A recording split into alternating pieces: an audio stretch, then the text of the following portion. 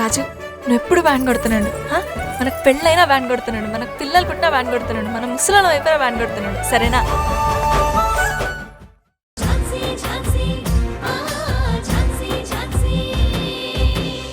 అక్క వచ్చేసారా? మీకోసమే ఎదురు చూస్తున్నాను. బావగారు ఎక్కడా? వద్దు వద్దు అన్నా బావగారు బావగారు అని పిలిచి మొత్తానికి నువ్వు అనుకున్నది సాధించావు. నేను కాదక్క, నువ్వే సాధించావు. మేడం మీరు ఒక్కరే కనిపిస్తున్నారు, సార్ రాలేదా? నేనైతే వచ్చేసాను, ఆయన వస్తారో లేదో ఆయన ఇష్టం. అదేంటక్క అలా అంటున్నావు? అవును, నువ్వు నన్ను భోజనానికి రమ్మని పిలిచావు, నేను వచ్చాను. ఆయన వస్తేనే నాకు భోజనం పెడతావా ఏంటి? అది కాదక్క, మీ ఇద్దరికి మేమిద్దరం కలిసి తృప్తిగా భోజనం వడ్డించాలని మా కోరిక. స్టేషన్లో ఏవేవో పనులుంటాయి కదా, అవన్నీ చూసుకుని తీరిగ్గా వస్తారనుకుంటా. అదేంటి నువ్వు వచ్చేటప్పుడు బావగారికి ఇన్ఫర్మేషన్ ఇవ్వలేదా? అరే, ఫోన్ చేసి ఫాలో అప్ చేయాల్సిన బాధ్యత మీది. అర్థమైంది. ఇప్పుడు కూడా బావగారిని పిలవాల్సిన బాధ్యత మనదేనంటండి. ఆ మరి మీదే, ఫోన్ చేసి పిలుచుకోండి.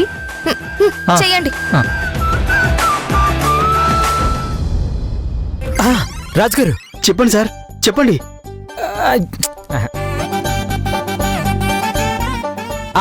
రాజుగారు చెప్పండి సార్, చెప్పండి చెప్పండి.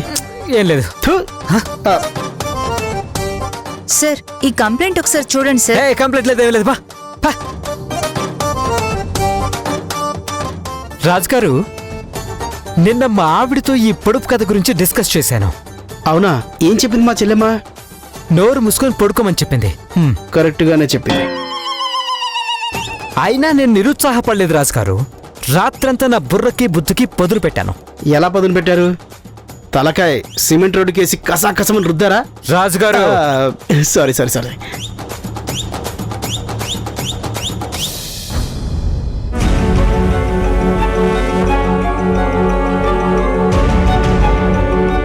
నీ బర్త్డేని గ్రాండ్ గా సెలబ్రేట్ చేయాలనుకుంటున్నాను. అంత గ్రాండ్ గా సెలబ్రేట్ చేసుకోవాలని లేదు తాతయ్య, ఏదో సింపుల్ గా.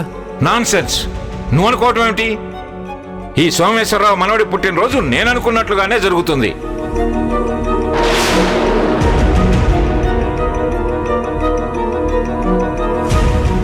పట్టు వదలని విక్రమార్కుళ్ళ పొడుపు కథపై రాత్రంతా దండయాత్ర చేశాక ఫైనల్ గా నాకు ఒకటి అర్థమైంది. ఆన్సర్ కనిపెట్టేశారా? కనిపెట్టేశాను రాజుగారు. ఏంటి మాధవ్ గారు ఆన్సర్? అమ్మా, అంత ఈజీగా చెప్పేస్తానా? రాత్రంతా రక్తం చిందించి మరీ ఆన్సర్ కనుక్కున్నాను. డైరెక్ట్ గా సార్కి చెప్పి ఆయనతో శభాష్ అనిపించుకుంటాను. మరి లేట్ ఎందుకు? పద తన్నిచ్చుకుందరు గాని. ఏంటి రాజుగారు? శభాష్ అనిపించుకుందరు గాని. నాకు వేరేలా వినబడిందే. వేరేగా వినబడినప్పుడు మనం వినబడినట్టుగా ఉండాలి. అప్పుడే ప్రశాంతంగా ఉండగలుగుతాం. క్వశ్చన్ వేయకూడదు. పదండి.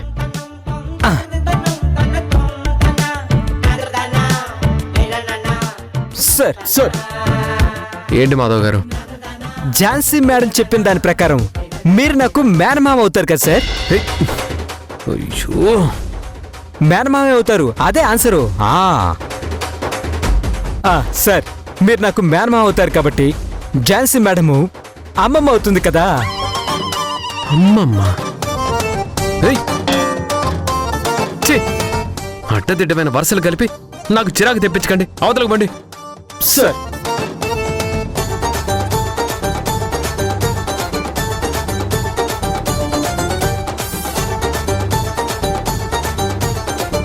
రాజుగారు, అది నా ప్లేసు. సార్ కూర్చోండి, కూర్చోండి మాధవ్ గారు. షేబాష్ అనిపించుకుంటా అన్నారు, చీ కొట్టించుకుని వచ్చారు. అయినా అమ్మమ్మ అవడం ఏంటండి అసహ్యంగా? రాత్రి ఆలోచించినప్పుడు అదే కరెక్ట్ అనిపించింది. ఏది అమ్మమ్మ వరుస? అవును. ఇంకా నయం, పక్కింటి ఆంటీ వరుస అనలేదు.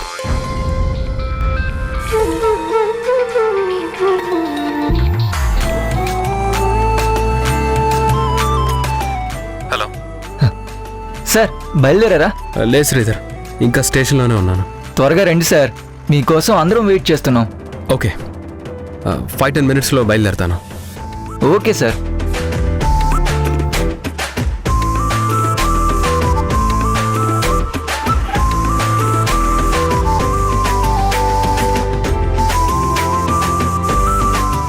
హాయ్ రాజన్నయ్య. హాయ్ మాధవన్నయ్య. హలో. హలో. హలో. ఏంటి మాధవన్నయ్య డల్గా ఉన్నారు?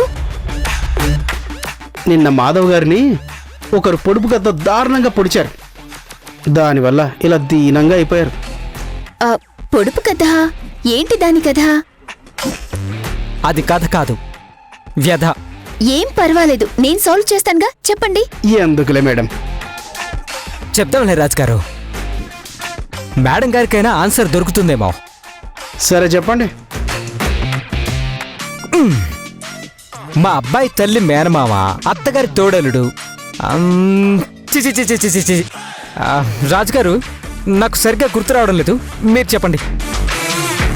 మీకు ఆ కొంచెమన్నా గుర్తుంది. నాకు మీరు ఇందాక చెప్పిన అమ్మమ్మ తప్ప ఏం గుర్తులేదు. త్వరగా ఎవరో ఒకరు చెప్పండి. సరిగ్గా గుర్తు రావడం లేదు మేడం. బాగా ఆలోచించుకుని తర్వాత చెప్తాను. ఓకే. అసలు ఏమై ఉంటుంది రాజుగారు? ఉండండి Madhav garu. Hello birthday boy, how are you? Birthday బాయా?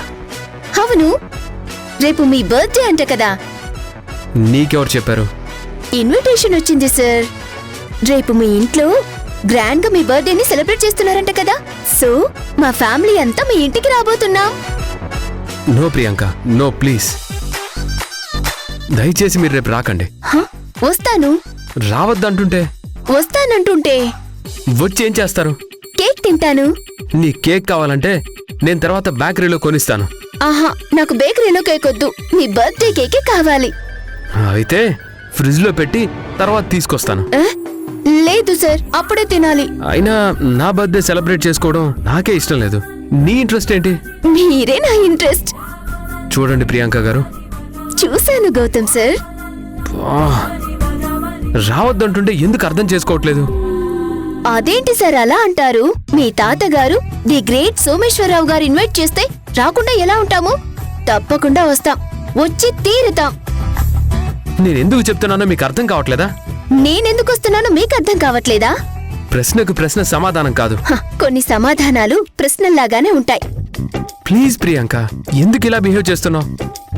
Shopping చేసి వచ్చాను కదా, కొంచెం టైట్ గా ఉంది సార్. షాపింగ్ అంటే గుర్తొచ్చింది.